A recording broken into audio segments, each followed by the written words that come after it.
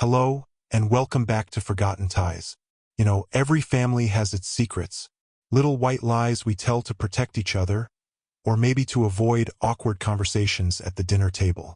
But what if a secret isn't just a lie? What if it's a foundation built on deception? A truth so devastating that it rewrites your entire life story.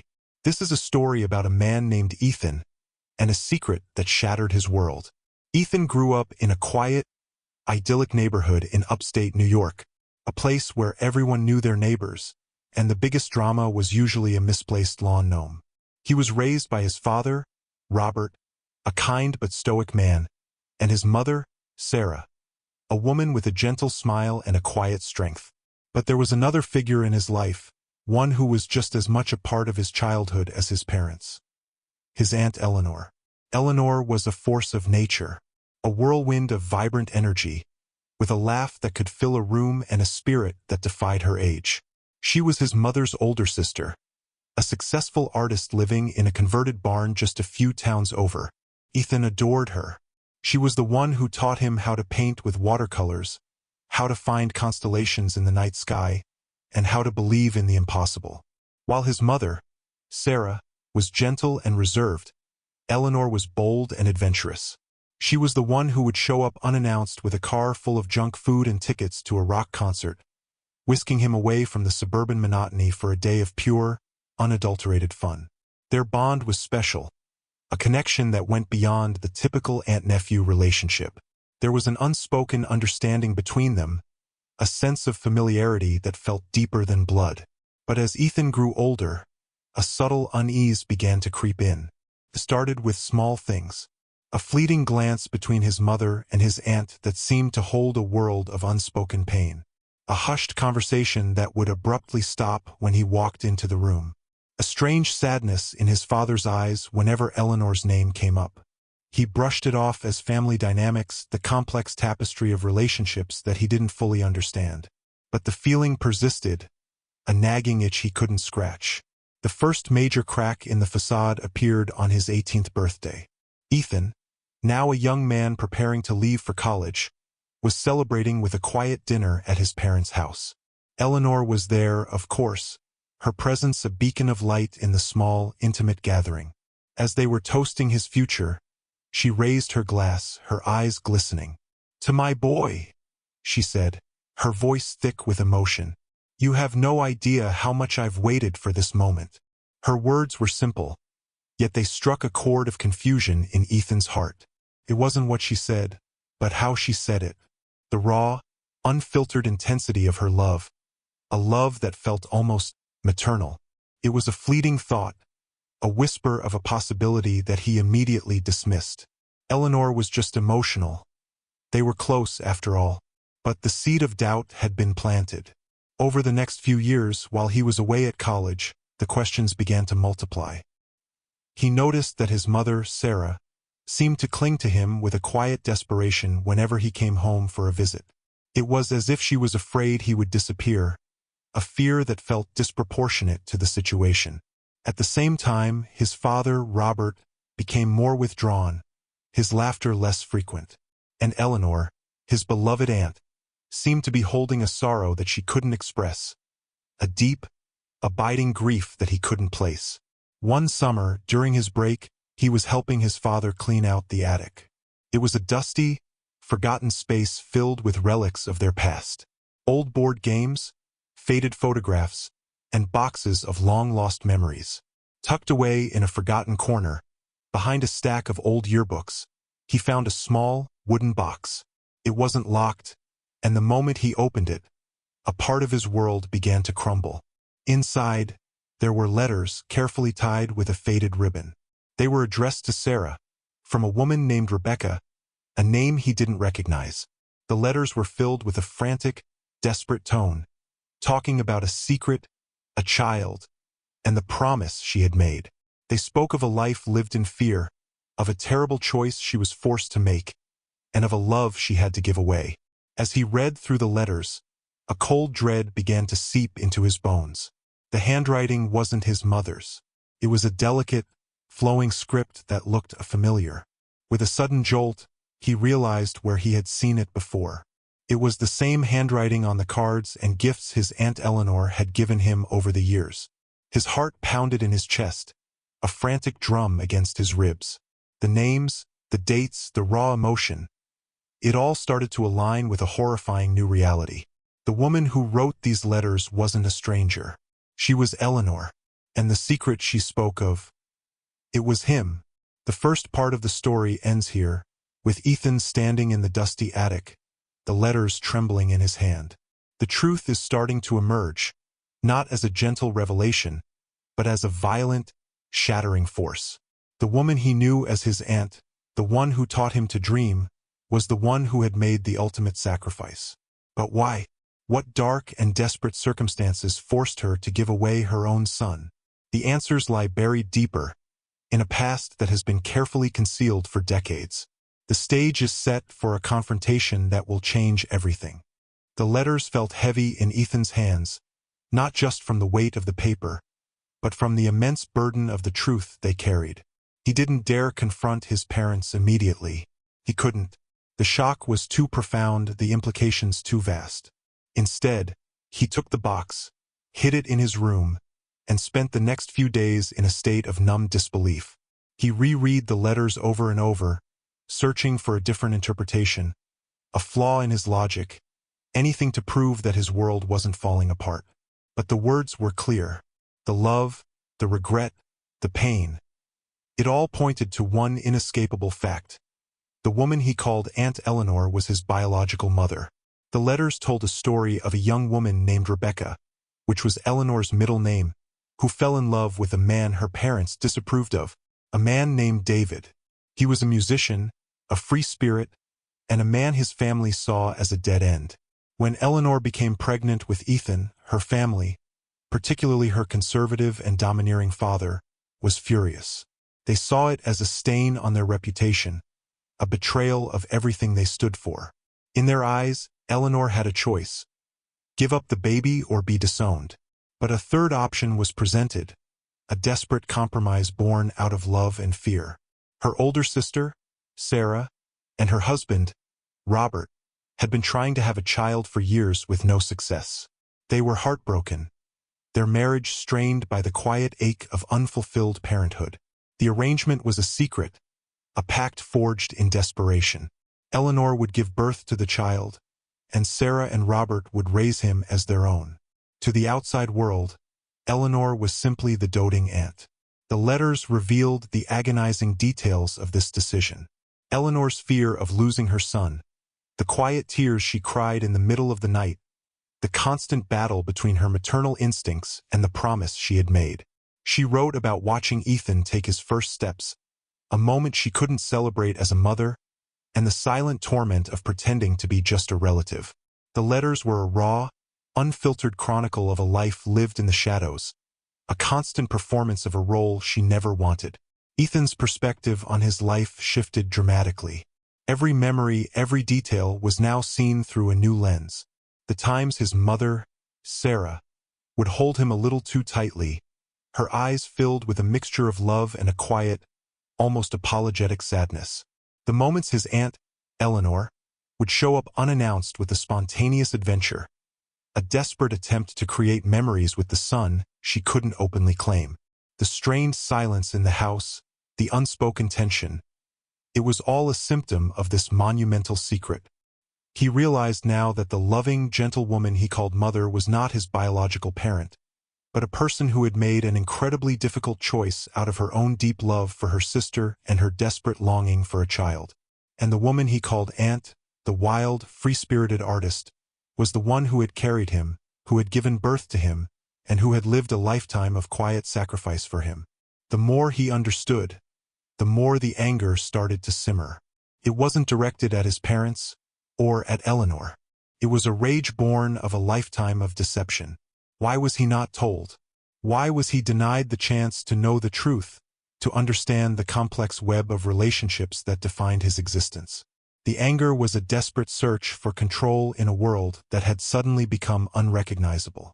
He felt like a pawn in a game he never agreed to play, a prize in a bargain made long before he could speak. He knew he had to confront them, but the thought of it was terrifying.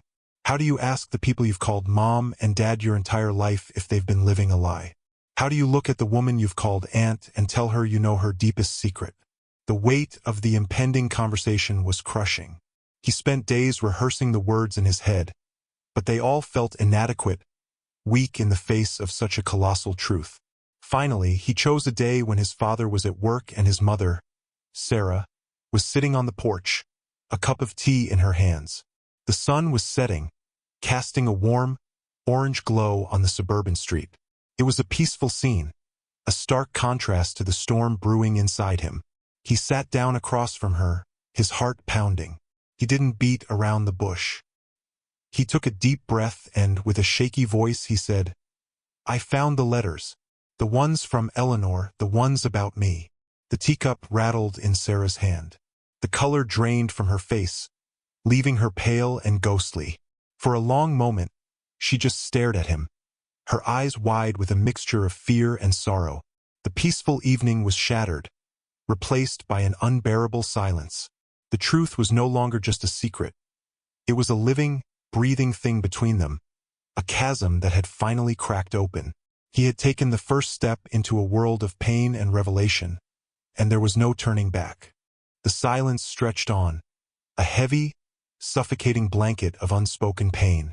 Sarah's eyes, usually so full of gentle kindness, were now pools of bottomless grief. The teacup clattered as it hit the saucer, a small, sharp sound that punctuated the monumental moment. She looked at him, not with anger or surprise, but with a profound, resigned sadness, as if she had been waiting for this day her entire life. "Eleanor," she whispered, her voice a thin, shaky thread. "She never should have kept those." And so the story began to pour out, not from Eleanor's perspective, but from Sarah's. She spoke of her own journey, a heartbreaking tale of infertility and the quiet desperation that consumed her. She and Robert had wanted a child more than anything, but after years of trying, the hope had started to fade. She described the joy she felt when Eleanor told her she was pregnant, a joy immediately followed by the crushing fear of her sister's impending shame and the weight of their father's cruel ultimatum. The decision to take Ethan as their own wasn't a callous act of deception. It was an act of profound love, a way to save her sister from a life of ostracism and to fulfill her own deepest desire. Sarah spoke of the sacrifices, the sleepless nights spent worrying that the secret would be discovered. She talked about the constant ache of not being Ethan's biological mother, a feeling that was a strange mix of gratitude and sorrow. She had loved him from the moment he was placed in her arms, a love that was just as fierce and real as any biological bond. But she had also lived in the shadow of Eleanor's sacrifice, a silent acknowledgement that she was raising someone else's child, a constant reminder of the pain her sister endured. The story was no longer just about Eleanor's secret. It was about the complex and devastating choices made by two sisters and the deep love that bound them together. Sarah explained the fear they lived with every day, the fear that Ethan would find out, that he would hate them, that their family would be shattered. This wasn't a family built on lies, she insisted.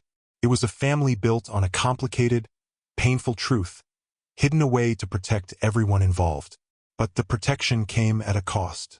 For Ethan, the realization was a gut punch. He wasn't a victim of malice, but of misguided love. The truth wasn't a simple story of a villain and a hero. It was a tragedy with no clear antagonist. His rage, which had been simmering for days, began to morph into something else, a deep, aching sorrow. He looked at the woman he had called Mom, her eyes filled with tears, and saw not a deceiver, but a woman who had fought to create a family, to protect her sister, and to love a child as her own. The next day, the conversation with Eleanor was even more difficult. He found her in her art studio, a vibrant, chaotic space filled with half-finished canvases and the scent of turpentine. She was painting a stormy seascape, the colors dark and turbulent, a mirror of the emotions she had been holding inside. He showed her the letters, and her face, usually so expressive, became a mask of profound sadness. She didn't deny anything. She simply sat there, tears silently streaming down her face as she finally, after decades, had to face the son she had given away. She told him her side of the story, a parallel narrative of heartbreak and sacrifice. The love she had for David, the musician, the pain of being forced to choose between her child and her family, the unbearable weight of watching her son grow up from a distance. She confessed that her wild, adventurous spirit was partly a way to cope with the grief, to escape the quiet, suburban life where her secret was constantly at risk of being exposed. She told him about the letters, how they were her only way to speak her truth, to document her love, to leave a piece of herself behind for a son she might never truly know. This was the core of the story, the emotional climax. The truth was out, but it brought no easy answers. The family was in a state of crisis, a beautiful but fragile vase that had been shattered and now had to be put back together, piece by excruciating piece. The confrontation was not an act of aggression, but a moment of shared pain, a forced reckoning with a secret that had defined all of their lives. Ethan was left with a devastating new reality. The woman he adored was his mother, and the woman who raised him was his aunt. His father, Robert, who had always been a quiet presence, was the man who had stood by his wife through it all, a silent accomplice in a secret that was not his to tell. He was not angry anymore. He was just heartbroken. And in that moment, in the middle of a quiet art studio, surrounded by the turbulent seascapes of his mother's grief, he realized that the real story wasn't about a lie. It was about a love so powerful, so desperate, that it had reshaped the very fabric of his existence. The journey wasn't over. The healing had just begun. He had to learn to love his family all over again, not for who he thought they were, but for who they truly were, flawed, human, and bound by a love that was as complicated as it was profound. The aftermath was a difficult, fragile time. The air in the house was thick with unsaid words and lingering emotions. Ethan's relationship with his parents, Sarah and Robert, was no longer defined by the simple, easy bond of a child and his guardians. It was now a complex web of gratitude, sorrow, and a newfound respect for the immense sacrifice they had made. He saw his mother, Sarah, not as the woman who had deceived him, but as the woman who had desperately wanted a child and had loved him fiercely from the moment she held him. He saw his father, Robert, as a man of quiet strength, who had supported his wife and his sister-in-law through an impossible situation. The most profound change, however, was in his relationship with Eleanor. The woman who had been a whirlwind of fun and adventure was now the quiet, vulnerable person who had borne him. The dynamic shifted. He started to call her Mom, a word that felt strange on his tongue, but also deeply, profoundly right. They spent hours together in her art studio, not talking about the past, but simply being. He would watch her paint, the strokes of her brush a language of their own, and she would tell him stories about her life, not as his aunt, but as a young woman who had to make a choice that would change everything. The silence between them was no longer awkward. It was a comfortable, shared space of healing. The process was slow. There were moments of anger, of sadness, of confusion. He had to mourn the life he thought he had and come to terms with the reality of the one he truly lived. There was no magic wand that could erase the years of deception, but there was a deep, abiding love that could bridge the gap. His two mothers, Sarah and Eleanor, began to heal their own relationship, a bond that had been strained for decades by the weight of their shared secret. They talked, they cried, and they finally, truly, forgave each other. The family, once a carefully constructed lie, was now a new kind of truth, a more honest, more complex, and ultimately more resilient truth. The lines were blurred, the roles were redefined, and in the end, they were all just people who had done the best they could with the hand they were dealt. Ethan had two mothers who loved him fiercely in different ways, and a father who had been a rock for all of them. The story of Ethan and his two mothers isn't just a tale of a shocking revelation. It's a testament to the power of love, in all its complicated, messy forms. It's a story about the sacrifices we make for the people we care about, the secrets we keep to protect them, and the profound journey of forgiveness and healing that comes after the truth is finally revealed. It's a reminder that family isn't just about who you share blood with.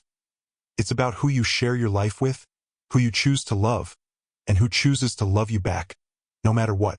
This is a story that reminds us to look beyond the surface, to understand that everyone has a story, and that sometimes the most beautiful and heartbreaking truths are hidden in plain sight. And that's all we have for you today on Forgotten Ties. If the story moved you, if it made you think about the secrets your own family might be holding, please give this video a like. And if you want to hear more stories like this, more tales of hidden truths and unforgettable family secrets, be sure to subscribe to our channel and turn on notifications so you never miss an episode. Thank you for watching, and we'll see you next time.